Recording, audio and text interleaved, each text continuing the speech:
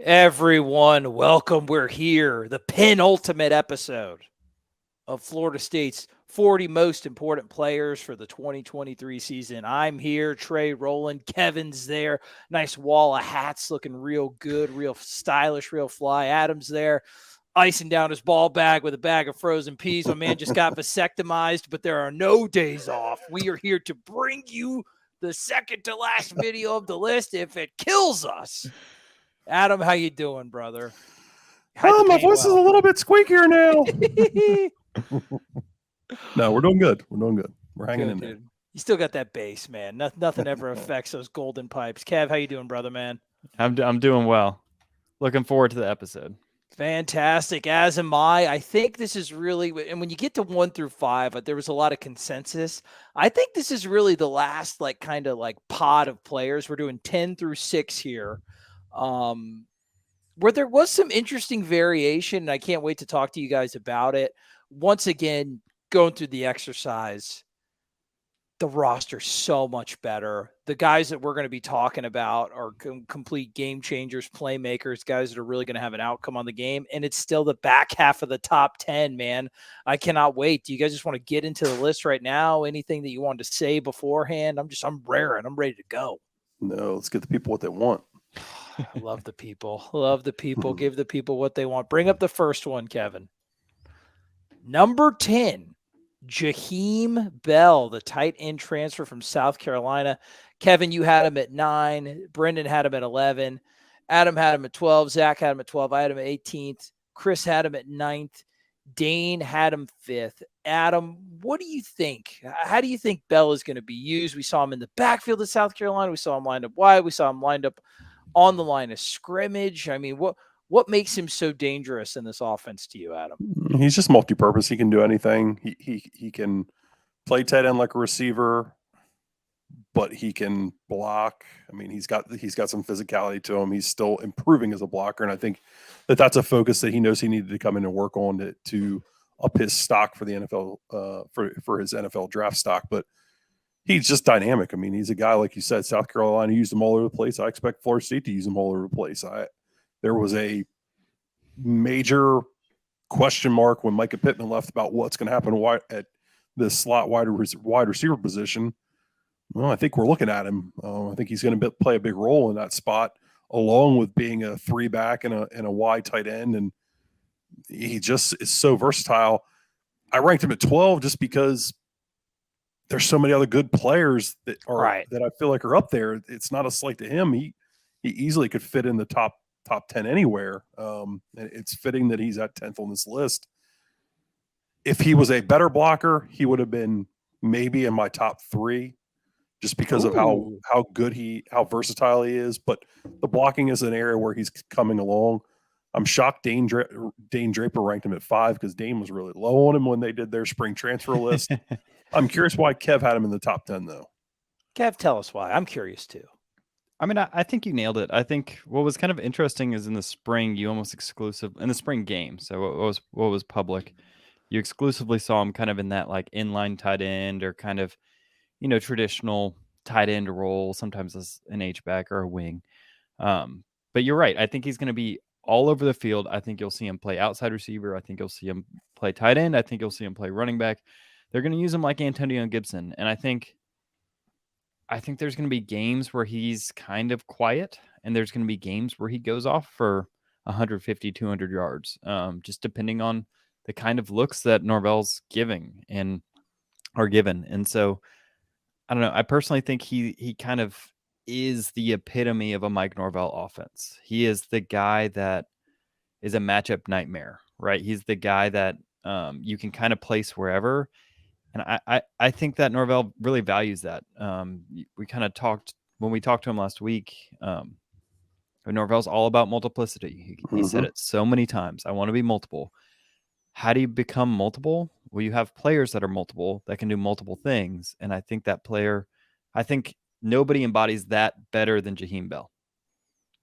I think that's fair. And since I'm like the low man on the totem pole, I think I'd have to look who I had 1 through 17 again. I might have cranked up my rating a little bit higher on him just because of the talent and what we said after talking about him having such a multifaceted player in an offense where everything is matchup dependent, right? Norvell said, if you guys watched our film review with him, if you haven't, I highly recommend you do so. Mm-hmm. Get our best guys on their less guys. It's all about matchups with him. Yeah. The reason I did it, because my whole ranking, like the way that I went about it, I went a combination of talent, positional importance, and then how screwed would FSU be if this guy got hurt? And that's probably the one where it made me pull back on Jaheim Bell a little bit, because I've seen Mike Norvell get production out of this offense with, like, no offense, guys like Preston Daniel. Like, Mike is good at scheming, and so if Bell went down, it would suck. Mm-hmm. But I don't think it would be anywhere near as devastating if, like, a Bless Harris went down, a Keon Coleman went down, a Jordan Travis went down, guys that I all ranked ahead of him. Now, the variety of skills and the talent and things like that, and we've only scratched the surface of how Jaheim Bell is going to be used. I should have dialed up his rating a little bit more, but I don't know. I'm kind of interested. You guys have swayed me a little bit. I might be underrating him a little bit because there's so many possibilities to have Jaheim on your team. So I'm excited. Where do you think, Adam, where do you think most of the year he's going to line up at, though? I don't think there's going to be a position. I don't think you can label it. If I had to, I would probably guess that he's going to line up as like that 3-back. Okay. The offset wing that they like to have.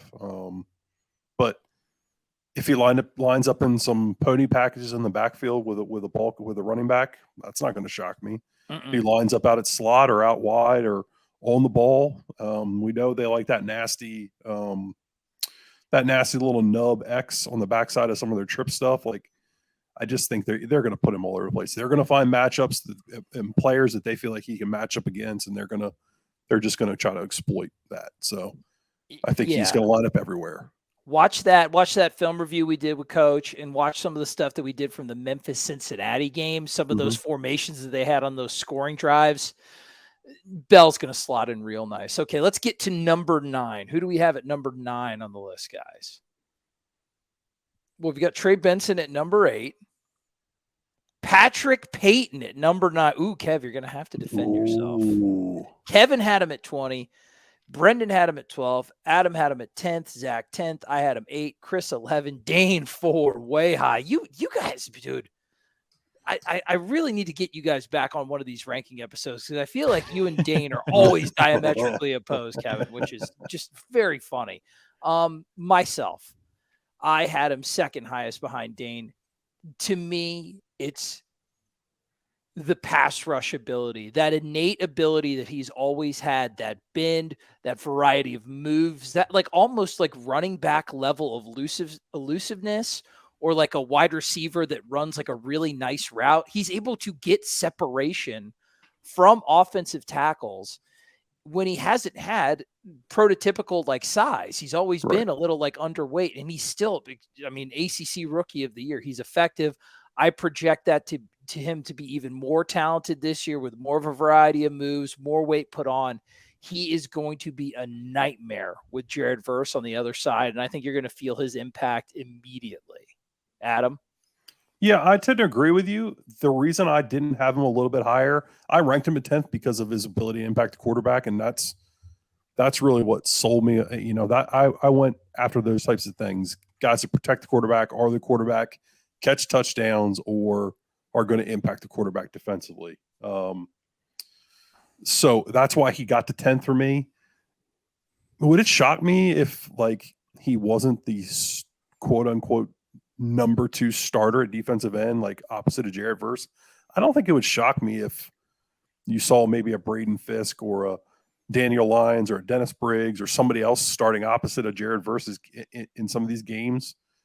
But Pat Payton's going to put up double-digit sacks, in my opinion, this year. I think he's going to have a good year. I think they're going to play in games where they've got big leads and teams are going to be trying to throw the football, and he's going to just turn it loose and get after the quarterback.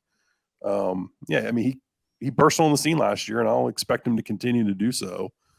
Yeah, I'm really curious why Kevin thought 20. Go ahead. Based on his progression and kind of where his trajectory as a player. and the skill set that he has and the relative lack of depth in that room compared to the rest of the team. I figure that makes him even more important. So Kev, explain yourself. I'm appalled. Yeah, I think he ended up to be honest, I think he ended up getting pushed back a little bit because he was a little bit of a known factor. I think you kind of know what you're going to get out of him. I think he's still got some weak part of his game that you might have recruited over, like what AB was saying with Braden Fisk. I think he might be a true first and second down kind of defensive end for you, especially against teams that might want to run the football. I think Patrick Payton still is a little bit soft towards the run. So I'll be interested to see how that rotation looks. If they just use him as a passing down guy, or if he's an every down defensive end for you coming into the fall. Yeah, 20's probably a little bit low on him. I really just agree with what AB was saying, was that I think he's going to be one of the better pass rushers in the ACC. I think that's got a lot of importance, but I do think that there's some serious things that he needs to work on in order to be a complete defensive end this year. Do you think that he will have worked on those things sufficiently, or do you kind of see his ceiling is maxed out? Like, do you think he can be a complete defensive end eventually, Kevin? I do. I was really, I was really optimistic just based on the level of impact and progress he had. I didn't expect him to be that big of a factor last year at all. Yeah, I mean, I think he definitely will be. He was a guy that came in undersized last year. Between his freshman year and sophomore year, you see him put on weight, but a lot of it's that kind of new weight, like just kind of fresh weight. And then this year you're starting to see him refine that weight and define it. And so I think that's his main drawback as a run defender. I think he can be a little bit floaty. He can be a little bit high. I think that if you get a little bit of strength, he's able to kind of refine that. He can move on to be a complete player on the outside. And honestly, I think it's less that I thought low of Patrick Payton, and other players just ended up popping up before him when it came to kind of importance. But yeah, I think he should honestly be higher than 20. So I'm glad that Dane kind of even equalized it a little bit, because I don't think he's 4, but I don't think he's 20 either. It's honestly hard too. By the time you got to like 20, that kind of happened with me a little bit. I mean, spoiler alert with Jaheim Bell. I got to 18th and I was like, oh crap, dude, I haven't put Jaheim Bell on the list yet. I was like, and I'm not going to go back and reorganize the other 17. Yeah. So, but however, it's funny. It's a rankings thing. It's a consequence of like, there are some really talented dudes on this roster. I just think Adam, before we move on to the next guy, that innate ability, at least that I see, that's always catch my eye. That's sort of the elusiveness, just the way that he's able to evade the block. And as a trench guy, as a line coach, is that a pretty rare trait for a guy to have, just coming out right from the jump? I don't think it's a rare trait. It's a special trait. It's something that separates him from the average player. And a lot of it is just the leverage he's able to play with. I mean, he's got some long behind arms, and those make a difference when you're able to keep those offensive tackles off of you. And then he's got the quickness and the explosiveness and balance to be able to do something with it. So he wins with his length, and then he beats you again with his speed. He's got a nice combination of gifts there as a pass rusher. And yeah, I mean, we see a lot of guys be able to do that. His game's continuing to progress. He's on the upward trend. He's on a nice trajectory as a defensive end. I'm curious to see how strong he can get, what kind of weight he can put on. I do agree with Kev. He's got to get a little bit better at holding up and anchoring against the run game. That's what kind of separates him from being good to great. But we'll see if he gets there. Do you think he's going to be an all ACC defensive end this year? Yeah. I don't see why not. I do. Yeah.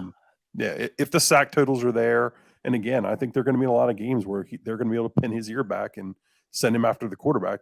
That makes a difference in those kinds of things. Especially with the guys lining up in the mid, like right next to him too on the interior, Right. Do you think he's a guy that could potentially show up enough that he's not on the 2024 roster? I think the opportunity presents itself. I don't. I think that's a reach right now. Yeah. I think there's an outside shot of that just because the sack totals, that's always the eye-popping stuff. That's what those pro teams are always looking for, guys that can affect the quarterback, even if you're so hyper good at that and you have other things to develop on, they don't care. They'll take the plus on the pass rushing and they figure they can teach you the rest, or you can just be a pass rushing specialist and wreak havoc, and that's great too. That'll get your roster spot. Yeah. The one thing I want to see develop is that the power aspect of Jared Verse's game that really surprised me. I want to see if that's something that Florida State is developing with John Papuchis and Odell Higgins and all those guys. Is that something that Jared Verse just had that maybe didn't stand out on film at Albany? Or is that something that, no, when you come to Florida State, you come with your pass set moves and your length and your speed, we're going to give you some power as well. Yeah. So that would be a credit to Josh Storms, John Papuchis. If indeed it does happen this year, that's something that I'm keeping my eye on. Speaking of somebody that always has eyes on them, let's get to the Ocho spot. Let's get to running back Trey Benson. Great first name. Kevin Little, 19 again. Just this is there was some really fun variation. 19th for Kevin, 6th for Brendan, 16th for Adam. You two guys, it's simpatico. Zach at 5th. I had him at 9th. Chris at 4th. Dane at 12th. Now, listen, I know that I said as far as like my ranking, it was all about talent, positional importance. If you got hurt, would you be screwed? Caveat, my positional importance is like positional importance to a Mike Norvell football team with how much emphasis Mike puts on the running back. And I think, and I'm interested to see what you have to say, Kevin, because this feels to me like I feel the argument's going to be the talent of Trey Benson versus the effectiveness of the Mike Norvell system. Is it a system where you could put like any like Joe Blow Jabroni and he could get 1,100 yards a year with the way that Mike has all his stuff dialed up? Or is Trey Benson something really special even in the system that has been a running back factory over the past 5 or 6 years? I mean, Kev, why'd you have it 19th? If you're Norvell and you want a quote-unquote multiple offense, I think you need some guys that are multiple, and you need some guys that are, have a very specific skill set. I think Trey is a good all-around running back. I mean, me and AB all three of us were really high on him coming in when no one else was. Yes, that take pissed everybody off. It really did. I remember those days. People forget about those days. We do not. And we were like just optimistic. Like, hey, there's some stuff that pops on film. Let's see how it plays. And that put us on like the sunshine pumping way into the spectrum. But I do think he's a little bit of a one-trick pony in the sense. I think he's a hard running back that takes a few steps to get going. I think he sees the field pretty well. I think he's truly special at what he does. But I also think that we saw it last year. There were some games where he's going to be really quiet, and you're going to need someone like Rodney Hill to step up, just like you had Trayshawn Ward had to step up at times. And there's going to be some games where he just goes off, and once he gets that second level, things are different. I just think he's the kind of player that against a team like LSU or Clemson or someone else, it's harder to get him going because you just don't necessarily know if your offensive line is going to be on. Adam, what do you think? Staff thinks he's really special. I think he's really stinking good. He disappears too much for me. Teams that get penetration they tend to take him away. He was elite at breaking tackles last year. And that's the thing that Brendan would point to if he was here. He would give you his broken tackle stats, and they were incredible. Best in the country, right? Forced tackle rate or something like that, right? He was number one in the country at forced breaking tackle rate or whatever. I just still feel like you can take him away with penetration as opposed to a truly elite back like a Dalvin. Nothing could take him away. So why I didn't rank him higher. And then ultimately, I think you got a really good running back in Rodney Hill too. And a CJ Campbell and a Lawrence Toafili, who I got killed for not having ranked. you have a lot of guys in that room that I think are really good. It just felt like a reach for me to bump him into the top 10, even though admittedly I'm really high on him as a football player when I'm ranking like impact and stuff like that, like taking everything into account. I just think you've got a lot of running backs that can make a big impact. And ultimately, I'm going to go with some of the linemen, some of the defensive linemen, pass rushers, quarterback, wide receivers, who I think are just going to have a little bit bigger impact ahead of him. I mean, if Go I was ahead. making a Madden or an NCAA roster and I was giving them a pure overall ranking, yeah, a number like 5 or 6 makes perfect sense. I think he is probably the 4th, 5th, 6th most talented player per position. Mm-hmm. It's just his position is worth less, and there's a lot of depth there. Yeah. Is there a system? Is there kind of a Mike Norvell system, like efficiency downgrade that's happened to him, like used to happen to Mike Leach's quarterbacks back in the day? Like, hey, you can plug anybody at Texas Tech, they'll throw for 550 a game. Is that kind of the same thing with Mike Norvell's running backs a little bit? I don't know, but you sounded like you kind of made that argument without making that argument when you were. That's not my opinion. I just think that this running game's really good. Mm-hmm. They understand how to get it going. They understand how to operate it. They have a system, to get it going. They can put guys in. They can put guys in there that will do really well at it. Yeah, that's exactly what I say. Okay, whatever. You don't want to be late. Okay, I understand. Do you guys think that Benson's the best running back on the team? Yes. Yes. Yeah. Mm-hmm. Do you think if Trayshawn Ward was still on the team that Benson would still be the best running back? Yes. This year? Yeah, probably. Okay. Yeah. I wanted they're to say different. That. They are. Mm-hmm. They're 100% different. And I think too, do we expect Benson to be better this year than he was last year? Yes. Really? Kevin? I don't know. I do as well. Yeah. I hesitate to see where he's going to improve. Well, I thought he was hesitant last year at times. At the beginning of the season, definitely at the beginning. Time. Yeah. And then I would say too, like developing into more of a pass catching threat, that kind of stuff, I think is an area where he could take a step forward. He was involved in screen game and stuff like that, but I think as a true pass catcher out of the backfield is an area where he can take another step forward, and we might see some of that. Yeah, did he run a single wheel last year? I don't remember. I also think he's got to develop some patience. Like he was a track runner last year, like got on his track and went, never deviated from that. So we're going to see if he can be more than that this year. And I mean, I think that there's probably some of that they're developing with him. I still think you need a compliment with him though. Like Kev was kind of saying, I think you need to have something else along with him. That's fair. I expect him to be better. I think another year under David Johnson's tutelage, he has done a really good job developing running backs. Another year with Mike, another year in his system, another year further removed from that devastating injury with the confidence that he accrued last year. Because we noticed it in the spring game, even against, I think, like Duquesne, beginning of the year, it was hesitation. Yeah, I mean, they had to take him out of LSU. You could almost see the fog lift, right? Now, he's still a momentum runner and things like that, but I expect him to have a monster year. Let's get to number 7, lucky number 7. And this kid,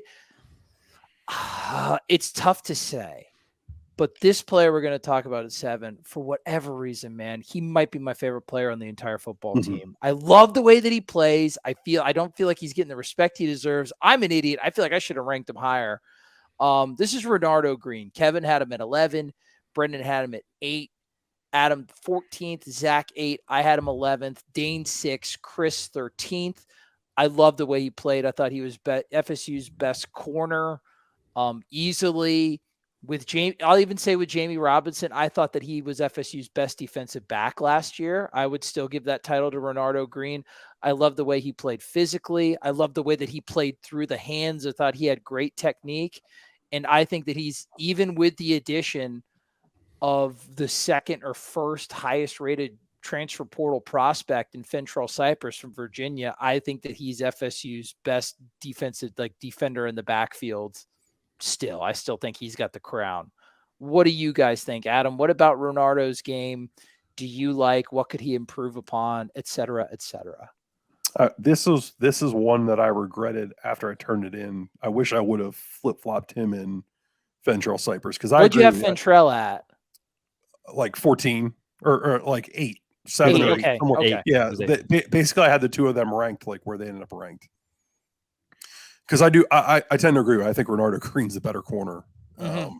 I think when doing this ranking, I was probably buying some of the hype of Ventrell Cypress, and just He'll be good they were- though. He'll they be were good. really Yeah. well. They were really aggressive to go get him. So clearly they want him to make a big impact on this roster and on this team. So I think I let some of that kind of sway me. But anyway, yeah, I mean, I think Renardo Green's the best corner on this roster. I mean, I don't think he's the best corner in the country, but he's got the speed, he's got the physicality. I think he understands the game of football really well. He's a little bit of a throwback, I think. Real physical football player. And, Yes. you see a lot of these guys today mirror, Technicians, more Yeah. technicians. He's more of like I don't want to say gritty because it's overused, but man, he'll jam the crap out of you right in the chest. And he's in Yeah. your face the whole time. He's just a really physical football player. Gritty, I think, is a good term for him. I mean, he's a guy that you could put back at safety. I'm glad that they're not. I mean, I know there was some fan talk about that through the offseason when everybody was up in arms about what was going to happen at the safety position. I'm glad they gave this kid a home at corner. He sees the opportunity and they kept him there. I think he's got NFL upside. We'll see how he runs. But, yeah, I think of your secondary, this is the player that probably is going to make the biggest impact. I think so too. Kev, does he have like lockdown, like shut down half the field type of corner potential, or is there a ceiling that you can see with Mr. Green? So here's the thing that I want to take into consideration that I think needs to get talked about. Ventrell Cypress is more of that finesse corner that you were just talking about. Mm-hmm. He's not as heavy-handed. He's not as physical as Renardo Green. And most of what we got to see from the two of them in the spring was, one-on-ones, vanilla stuff, right? Mhm. Yeah, stuff that benefits Renardo's skill set. But who is going against them? Who are the corners going against? They're going against Johnny Wilson. Right. Yeah. They're going against, Darian Williamson. They're going against Kentron Portier. They're going against Jaheim Bell. What's in common with all of those wide receivers? No, they're huge. Big physical specimens, right? Dudes, right? Yeah. Where the safeties and stuff get to go against the smaller slot guys. So it's the like Winston Wrights and the running backs against like some of the one-on-ones. Okay, I got you. So I think Renardo Green got good matchups for this spring that allowed him to look good because he is a more physical corner. Don't get me wrong. If right now I would still given a team that's going to run a lot of trips with one backside receiver, if that's all I know, I'm probably putting Renardo Green on that guy. But I think that there might be an interesting way they can use those matchups and say hey, their stud receiver, if you're playing a UNC type team and their stud receiver is a little speedy slot guy, well, Renardo might not be the guy for that, right? Mm-hmm. You might want to be able to put Ventrell Cypress there. So I think Interesting. apples to apples, Renardo's the better corner right now, but I don't know if we got to see Ventrell be put in a position to truly succeed this spring. Well, that's interesting. I like that too, because once we talked about it all on the offensive side with the running back room, complementary skill sets. It's funny that we kind of have complementary skill sets with the perceived starting cornerbacks. Do you guys have, when day one against LSU on the outside, do you think it's Renardo and Ventrell, or do you think it's a different combination? That's my two. Yeah, that's your two. Yeah. Okay. I tend to agree that way as well, even though there was Ventrell. Once again, I don't think that he locked up that job at all. And by some accounts, there were some early spring struggles. I think that that's just integration into a new system. And my projection is that I think he's going to be your number 2 corner as well, especially kind of given the way what you said, Kev. I don't think anybody's articulated it that way. Just how those two guys play together. They're able to do different stuff. I mean, in some sense, do the starting outside guys even matter because they're going to have so many DBs on the field at all times anyway? Like that nickel role is almost just important as your starting outside guy. You know what I mean? Yeah, that's true. people get kind of lost in the sauce on that. But one thing that we are not lost in, I'm a violence guy, and I like the way Renardo Green. He's like mean. Get me dude. to number He's funny, 6. right? Get All me right. to number 6, Okay. Trey. Okay. Dude, I vamped long enough. Get to number 6. And this is going to be fun. I can't wait to see the variation because this is a gentleman who won my heart in the spring game, watching him shut down Florida State's really, really good defensive ends. And that is the Lamar transfer offensive tackle, Bless Harris. Oh, this is great. Look at the green and look at the red. It's the X's and O's guys just doing a predator. We're doing a predator meme, like very manly handshake on that. Kevin, you had him at 4th. Adam had him at 3rd. I had him at 7. The rest of the guys, Sinone 13th, Zach 16th, Chris 15th, Dane 11th. I'm just gonna say why we have all of our guys like listed like this. I expect him to be one of the starting tackles. And I think I expect him to be the starting left tackle. I expect him to be the best offensive lineman on the team. Kevin, that's planting my flag. Is he your highest rated offensive lineman as well, Kev? Oh, I'm sure he is. Yeah. Okay. Tell the people, Adam, you go first. This is your floor. Pretend this is a little digital soapbox. Yeah. Tell all the people that might be horrified why we are jettisoning some more proven guys for a dude that just came from Lamar, had a good spring game, and didn't play a snap last year, really. Why is he the best offensive lineman on the team? Everybody's, he's been hurt. I mean, come on. Everybody gets hurt in football. Remember when Jordan Travis was injury prone, and then last year he didn't? Yeah, that was fun. Yeah, that's why I have Jordan as 15th best player. I just don't pay attention to that stuff. In my opinion, he's the most. I mean, outside of Lucas Simmons, like he's the most prototype tackle they've got on this roster with the height, length, foot speed, athleticism, like agility, all those things. Not to pull a Chris Nee, but he checks all the boxes for that position. He's the first player that I've seen, and it's interesting that the 4 guys. Now Kev was at most of the practices, but the 4 guys that are at practices every day all rank him a little bit lower, even though they all agreed that he was probably the best lineman on this team by the end of spring. So that's curious to me. But for me, he's the most prototype tackle that they have outside of Lucas Simmons. He does everything that they need him to do. And I haven't seen a player lock up Jared Verse the way he did in that spring game. We did a video on that on the X's and O's channel. I would offer that you go back and watch that and watch his game. He's got to prove he's healthy. He needed to add some upper body strength. It looked like he did that to improve as a run blocker. That wasn't a strength for him early last year, but if he added the upper body mass and strength that he needed to, I don't see any reason why he's not capable of being an improved run blocker. He's got all the tools to be a good pass blocker. I expect him to be, and it's an offensive line position. I've got to rank him that high. I mean, that's what it is. He's your guy, dude. In the spring, he is my guy. He's been my guy too. He has been your guy. There's no bandwagon like discussion there. Like Adam is the blessed guy. Yeah. He was so hard to get around for our defensive ends and pass protection. I do think he needs to improve in the run game. Yep. I think it's serviceable enough to where I think he's going to be the best offensive lineman too. I don't know if I have him as my highest ranked one. I think I rated Byers higher than him just because I think Byers is more talented, more athletic, but it was honestly splitting hairs as far as who I had the best offensive lineman. It still could be blessed, man. I think he's locked up one of your tackle spots just because of how solid he is in pass protection. Kev, what did you see? I mean, you had him right behind Adam at 4th. What about Bless stood out to you? I mean, and you saw him at practice too. Is it something to where on maybe some of the one-on-one drills that like emphasize like run blocking stuff? Was that not his forte? Why do you think that the other guys besides yourself that were there every day at practice are a little bit lower on him than we are? Yeah, I think we just had the advantage of going back through the film of the spring game and really watching them.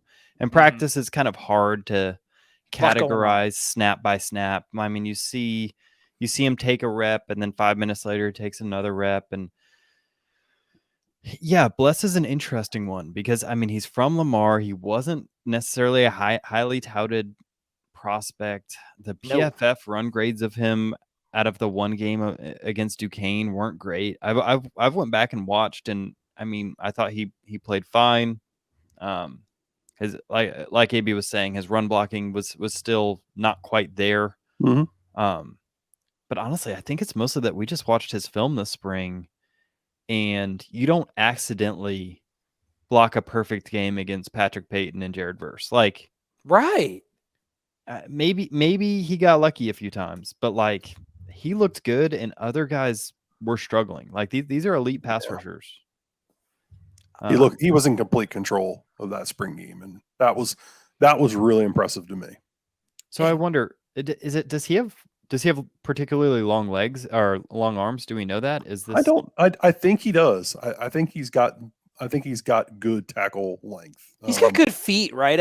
What's his biggest strength? Is it that athleticism? It's and his the quickness and his athleticism. Yeah, he's got really good feet. He's really athletic, really quick. I remember Bud and I were talking about him after he visited before committing, and I want to say Bud told me that he checked out pretty good for his arm length. So I mean that's what you want in an offensive tackle. You want to be able, like we talked about with Pat Payton having those long arms as an offensive tackle. You want to be able to counter that with long arms of your own. So it's important. If he takes the next step as a run blocker and he develops a nasty mean streak there, he's got some upside. I'm with you too, but I've never seen, and it's something that I haven't either.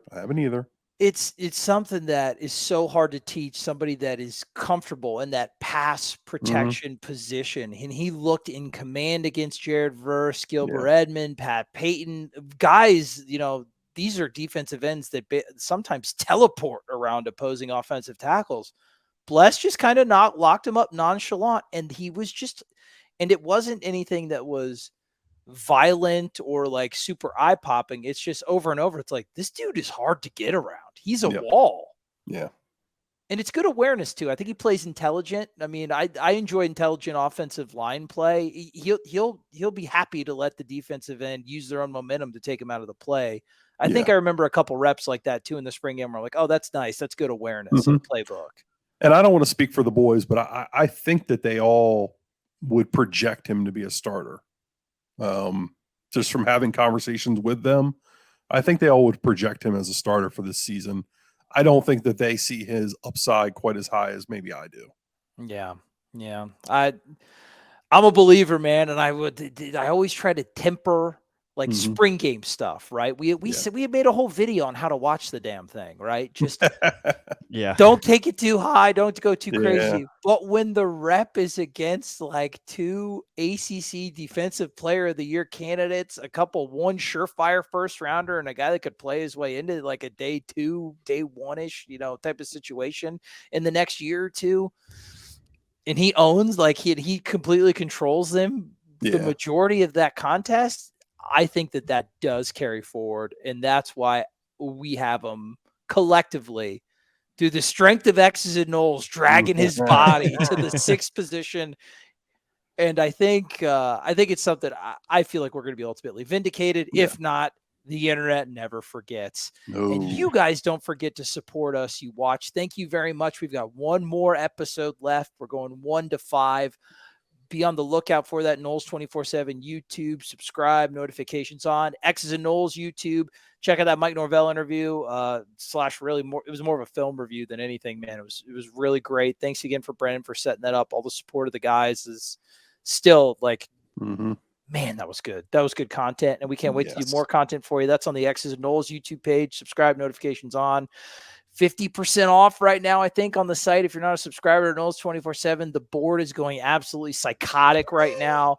The recruiting updates are going fast and furious. If you are not a member, Noles 24/7, subscribe now. It's worth every penny, especially when it's half off. Guys, that was fun. I love you. Anything else you got to say before we head out of here? And Adam can go, just ice his junk a little bit longer. No, I think that's it. I'm excited to get to the last few players. I mean, this has been a good time. I think there's going to be some consensus on 1 and 2. Yeah, I This think next so too. pod is going to be more of a glorification episode and less I kind of agree. like extreme debate. But guess what? That's what happens when heavy is the head that wears the crown. Guys, we love you. We'll see you soon. Keep chopping.